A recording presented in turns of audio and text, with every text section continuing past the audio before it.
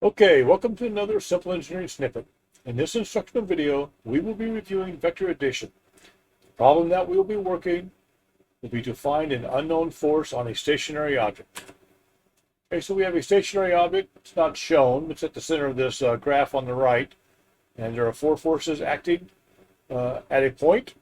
And three of the forces are known, and we are tasked with finding the unknown fourth force. Okay, so the first force that is known has a magnitude of 40 newtons, and it's acting at an angle of 45 degrees from the positive x-axis. The second force, F2, has a magnitude of 30 newtons, and it's acting at an angle of 30 degrees from the positive y-axis. And the third known force has a magnitude of 50 newtons, and it's acting at an angle of 60 degrees from the minus y-axis. So our goal will be to find this unknown fourth force. Since it is a force, it is a vector, so we need to determine the magnitude and the direction that it's acting. All right, so how do we do this? Well, we're going to be using Newton's second law, so we're doing a little quick review of engineering mechanics. Newton's second law is the sum of the external forces is equal to the time rate change of the linear momentum, or more commonly known as F is equal to ma, and it is a vector equation. And since the object is stationary, the acceleration is equal to 0. So all the sum of all the external forces acting on this object is equal to 0. Force 1, 2, and 3 are known, so we need to solve this equation for force 4. And so the unknown force is equal to the negative of the sum of the three known forces.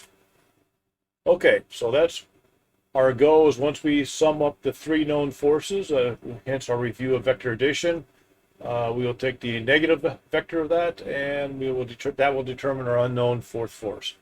We're going to solve this problem in two ways. One will be graphically, and the second one will be vector algebra. Solving the problem graphically is the easiest way to visualize it. However, the accuracy of the method really depends upon the accuracy of how well you draw both the magnitude and the angles of the vectors. So it's not really a recommended way, but it is a very illustrative way to view vector addition. Okay, so let's start with graphically. Big picture is that we're going to take the three known vectors and connect them from tail to tip. And the sum of the three vectors will be determined by drawing a vector from the tail of the first drawn vector to the tip of the last drawn vector. So let's that should become more clear as we proceed. So let's start with a blank graph, and let's draw F1, and then we will add to it the force F2 as shown, and finally the force F3. So we've connected the three known vectors forces as so, and now to determine the sum of these, we draw a vector from the tail of the first vector drawn to the tip of the last vector drawn, as such. So the vector in red is the sum of our forces F1, F2, and F3. Okay, so now that we have that, we can get rid of the other vectors, and well, we've got it drawn, but now we still need to determine its magnitude and direction. So to do that, we use our dimensioning tool. We get that at 63.7. Again, we're working in units of newtons, so this is 63.7 newtons. And then we determine the angle, and the angle is 27.3 degrees from the positive x-axis. This is actually a pretty accurate answer. I was able to do that because I'm using a graphics program. Doing it by hand, likely I would not be able to maintain three precisions. Okay, so that is the sum of the three, but again, we're looking for the unknown force F4, so we take the negative of that, and we can draw that on here. Clearly, if this object is not moving, all the forces acting on it sum to 0, so the unknown F4 is acting equal magnitude in the opposite direction. And so now we know our answer. I prefer to reference things from the positive x-axis, although that's not really necessary. Okay, so that wraps it up for the graphical method. Now let's use vector algebra. And to do that, and again, and there are many ways to do this. I'm just going to show you the way that I feel comfortable with. Is I'm going to define a new angle theta, and that's going to be the angle that the vector makes from the positive x-axis. So force 1, that's 45 degrees. Force 2 is 30 degrees from the positive y-axis. To get that from the positive x-axis, so I'm going to add 90 degrees to that, so that's 120.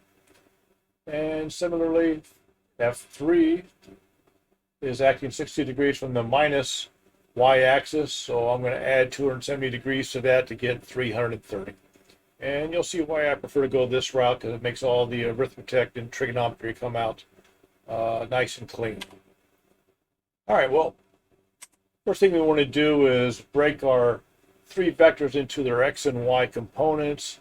And what do I mean? Well, F1 is actually the sum of an x component, denoted as F1x, and the y component, F1y. If we add these two together, we return force 1. And again, I'm just showing them here graphically for illustrative purposes. We really don't need to do that, but we need to determine the magnitude of the x component and y components of this vector. To do that, we're just going to use trigonometry, and we can see that F1x is equal to the magnitude of F1 times cosine theta 1. And when we do that, we get that F1x is equal to 28.3 newtons. Similarly, for F1y, using trig, it's equal to the magnitude of the vector F1 times sine theta 1. And since the angle is 45 degrees, we get the same magnitude, 28.3 newtons. So I'm going to use these formulas again for vectors F2 and F3. And when we do that, here are our results in this summary table. You'll notice that the way we define theta is that F2, the x component, is as a negative sign, as expected. And the y component of F3 also has a negative sign. So the way we defined our theta, all that comes out nice and clean for us. Okay, so how do we use these? Well, to determine the sum of the three vectors, we just sum the x components and the y components as shown. And when we do that, we get that the sum is equal to 56.6 newtons in the x direction and 29.3 newtons in the y direction. Okay, so again, we don't need to do this. We don't need to draw this picture, but it's there just for illustrative purposes. I can actually move Fy over this, and then we can connect that, and we can see that to get the magnitude of the resultant vector, I can use a Pythagorean's theorem, and we get the same answer of 63.7 newtons. And similarly, we're going to use trig to determine the angle theta. The tangent of theta is equal to Fy over Fx, opposite over adjacent. And doing the trigonometry, the arithmetic, we get that the theta is equal to 27.3 degrees, which is the same answer as we had before.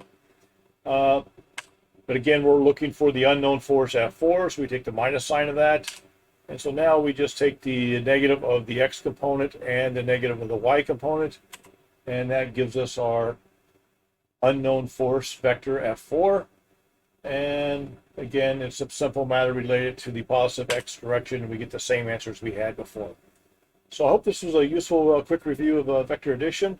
Hope you found it useful. Please like and subscribe, but more importantly, have a great day.